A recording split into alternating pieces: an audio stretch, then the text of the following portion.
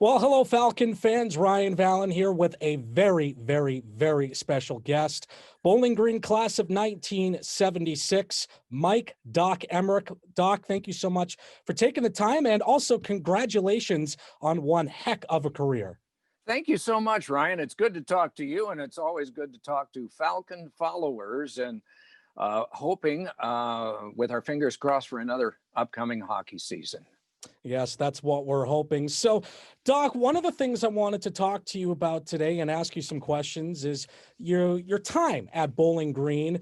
It's been well documented of your time. You visited campus a few times, but take me through your life growing up from LaFountain, Indiana. I hope I'm saying that right.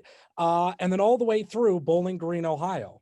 Well, it's a town of 600, and if you saw the movie Hoosiers, it's our gym was compact. We had a stage at the end where the band played, just like the Hickory Huskers did. And at the other end was the trophy case wasn't far away, just like that. Small town. Our coach got fired in mid-year, and the students walked out in protest. And a few days later, he was rehired. There was an assembly to announce it, and all 12 grades were there. The band played, the chorus sang. It was just, it was small town Indiana, and basketball was king. But I saw my first hockey game when I was 14 in a town not very far from Bowling Green in Fort Wayne. It was an IHL game, and I went into that arena that night. My ambition was to be a baseball announcer, and I came out and my ambition was to be a hockey announcer. It was a changing thing that happened there. It became my ambition, and then the question is, how do you do it? Bowling Green helped me do it. It was by way of Miami University, graduate school, and then across to teach in Beaver Falls, Pennsylvania, at a small college called Geneva. And then realizing that maybe my life was going to be destined to teach college, I needed to get the advanced degree, and Bowling Green offered a degree. They were new to it, but I was one of the first students to enter their program in a PhD program for radio, TV, and film. That was in 1971. And in investigating it, Terry Shaw, who announced all the basketball and hockey games and football games for Bowling Green, I was in his office, and he said, you know, we have a student do the second period of the Falcons games, and he graduated. So if you come here and take the assistantship, you can have the second period of the games. And finally, after all of that time, 11 years after I saw my first game, I was going to do a game that wasn't to myself, it was to an audience on WBGU FM. It was Bowling Green and Ryerson, the Ryerson Rams. Jack Vivian was the coach. It had just come out of a club team about 2 years previously to be varsity. And I walked the streets of Bowling Green playing license plate. I don't know if you did that. You'd take the roster of the visiting team, and you would look at cars going by, because they would go by quickly, just like hockey players would.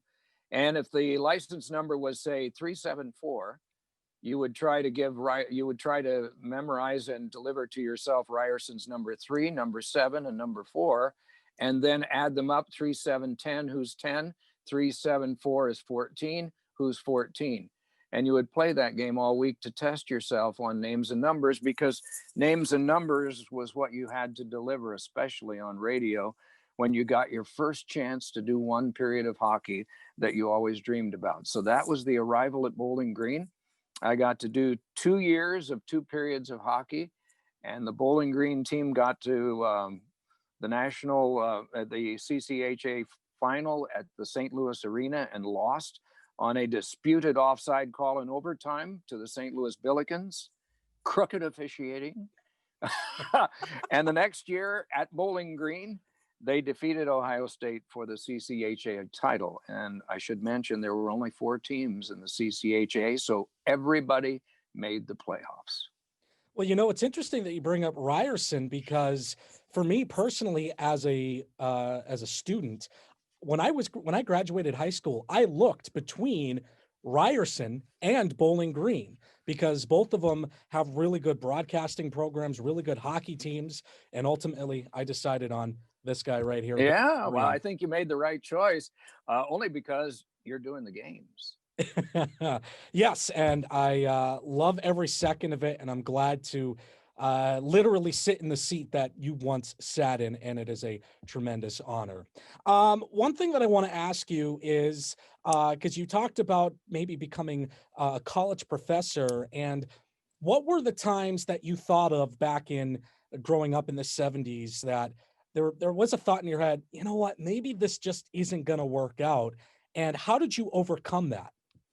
Well, the times that I think it probably wasn't going to work out were at Geneva when I decided after 2 years that I used to do these games to myself in a corner section in Fort Wayne, and I would make my demo tape from that. And back then it was tape; it wasn't electronic at all.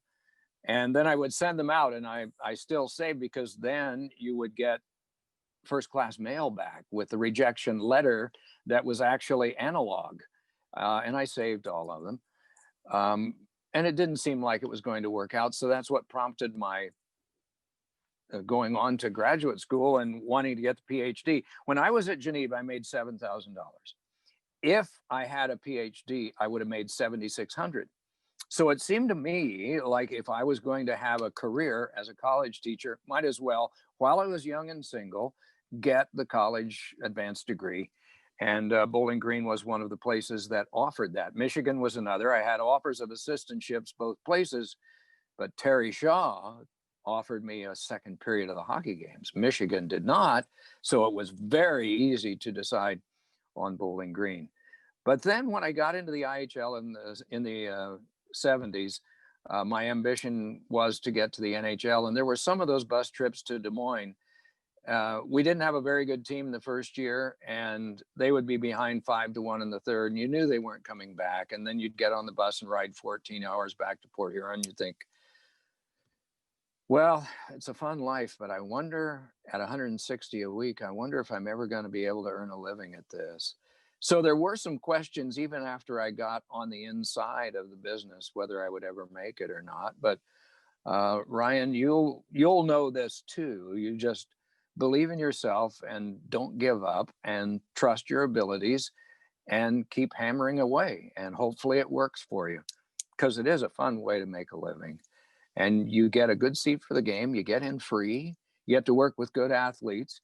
And then eventually they start paying you for it. So it's looking back on 50 years, it's terrific.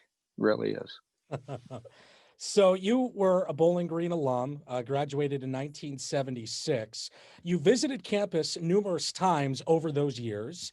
Most recently, 3 years ago, you actually got to call a game with my predecessor, Evan Pivnik, and to celebrate the 50th anniversary of the BGSU Ice Arena, now the Slater Family Ice Arena. Tell me, the times that you come back to Bowling Green, campus changes all the time. What was campus like back in the 1970s? Well, you went into the library to do your work, and you pulled magazines and things off the stacks. You didn't sit in your dorm or in your house and scan on the internet. You had to actually physically hold things. And when you were researching a dissertation, you had to come up with the citations out of actual books that you held in your hand and photocopied and took home with you, so you didn't have to always wind up in the library because the library closed. There were a lot of times I missed football games to be in the library. It was part of what you had to do to keep yourself afloat as a grad student, because you had to make your grades and you had to do your classwork. So you could do the hockey games on weekends. I mean, you had to keep your grades up so you could do the hockey games. That was the main motivation through it all. But the campus itself looks remarkably changed, but in one corner looks remarkably the same, because the ice house looks the same as it did from the outside. And you go inside and the contour of the rink is still pretty much the same, although it's changed a little bit inside. The dressing room is a lot bigger than it was in 1971, but the sport is still the same, and there have been so many enhancements to the rink. And I will forever be grateful to the people that have made so much happen, including Scott Hamilton. And I won't forget what Scott Hamilton had to say 3 years ago at the celebration, because he gave $500,000 for the arena where he skated. But he made the point that it was not figure skating that won him over to a career on the ice and his early years growing up in Bowling Green. It was the hockey team. It was going to see the hockey team play that was the greatest memory that Scott Hamilton had when he was a child. And yet he has made his way known so much in figure skating, and moreover in being a terrific human being. Well, Doc, you kind of played into my next question of how the importance of your experiences here at Bowling Green later affected you to get a job in your professional career. I had an air check that was legitimate instead of something done from sitting in the corner like anybody could do. And so now real people had listened to my games, and I hadn't been fired at Bowling Green off the air. So I must be able to do something. So I had a legitimate air check to again send out to all of these minor league teams. And one afternoon, I was living in one of those apartment complexes just across the railroad tracks, about a mile from campus. And as I got back into my apartment, the phone was ringing. It turned out to be a man named John Wismer in Port Huron, Michigan, brother of Harry Wismer, who was a very famous sports announcer in his own right, who got national football and basketball games in his time. And John invited me to Port Huron. He said, I've had your tape here for some time. And it was one of the Fort Wayne games. It wasn't a Bowling Green game. It was one of those manufactured games that I did to myself. He said, you want to come up and talk about it? So I did. Walked into his office and negotiated $160 a week salary for myself. And I was in pro hockey. And that was 47 years ago. That's what Bowling Green did for me. Jack Vivian, the coach at Bowling Green, and his family and I became rather close during the 2 years I was here. And aside from my parents, the first person I called was Jack. And I said, I'm in pro hockey. I got a job in Port Huron. I'm going to be the announcer for the Port Huron IHL team. And he said, congratulations. How much are you making? And I said, 160 a week. And he said, you're working for nothing. And his wife grabbed the phone away from him and said, ask Jack how much he made in his first coaching job before he got to Bowling Green. So, and he sort of laughed about it too, but we all start at some point, and we sometimes start not making a lot of money. But as I've asked other people about their very first job, and this includes like Chip Kelly, who's now, of course, a famous football coach, and other people, I like to ask them about their first job, and it never is they don't make much money. But when they recall it, it's always with a big smile on their face, and they remember the hardships. Like Chip Kelly talked about coaching as an assistant coach, I believe it was at Columbia, but he said, we lived in the dorm with the players. We got to eat one meal a day in the cafeteria, but they let us styrofoam another one back to our rooms. And it was almost like he was getting away with theft. That as an assistant coach, that he could have 2 meals a day for free instead of one. What you don't think of when you're a world-renowned football coach, right? One question I do want to ask you is because the way that you call a game and you utilize, I think there was a count of over 100 different verbs in a single game. How do you view the importance of education for aspiring broadcasters and just education in general? I don't know. The trouble is, if you pretend that you're educating people, then you come off as a snob. And I really have never tried to do that. And I never had a list of verbs or anything like that to work from when I went into the booth. It's just how my talking in everyday life has evolved.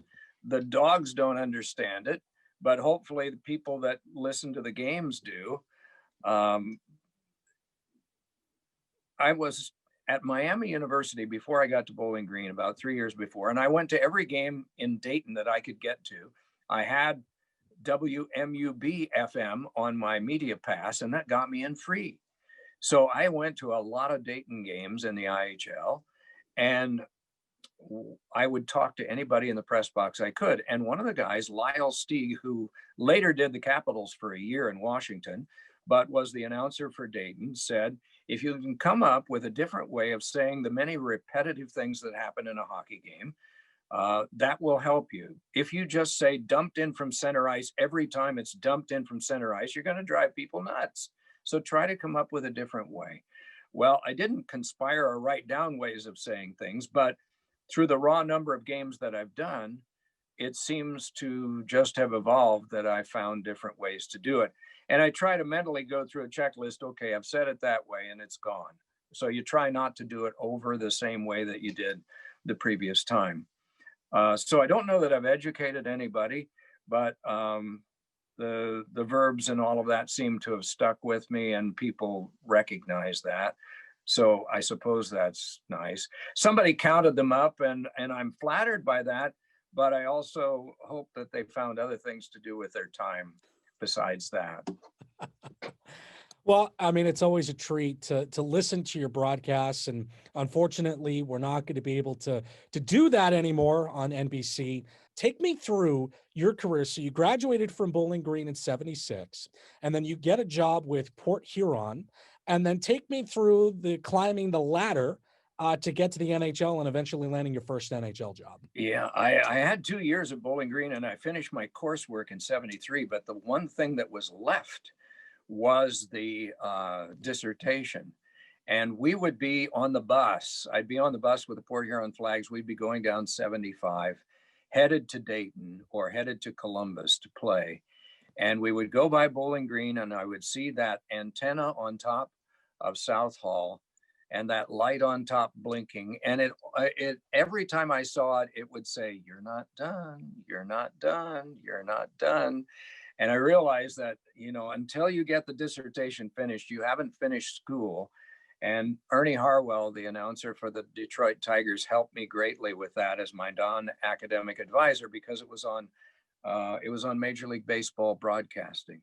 So I did that while I was writing the dissertation, and eventually got it approved and graduated at the stadium in 1976. But I already had 2 years in the IHL, and eventually had 4. Then went on to the Maine Mariners of the American League, the Philadelphia Flyers top farm team, for 3 years. And then they promoted me from within to Philadelphia. That was in 1980, and I've been around the NHL ever since. So I got in 40 years of doing NHL games, mostly on television.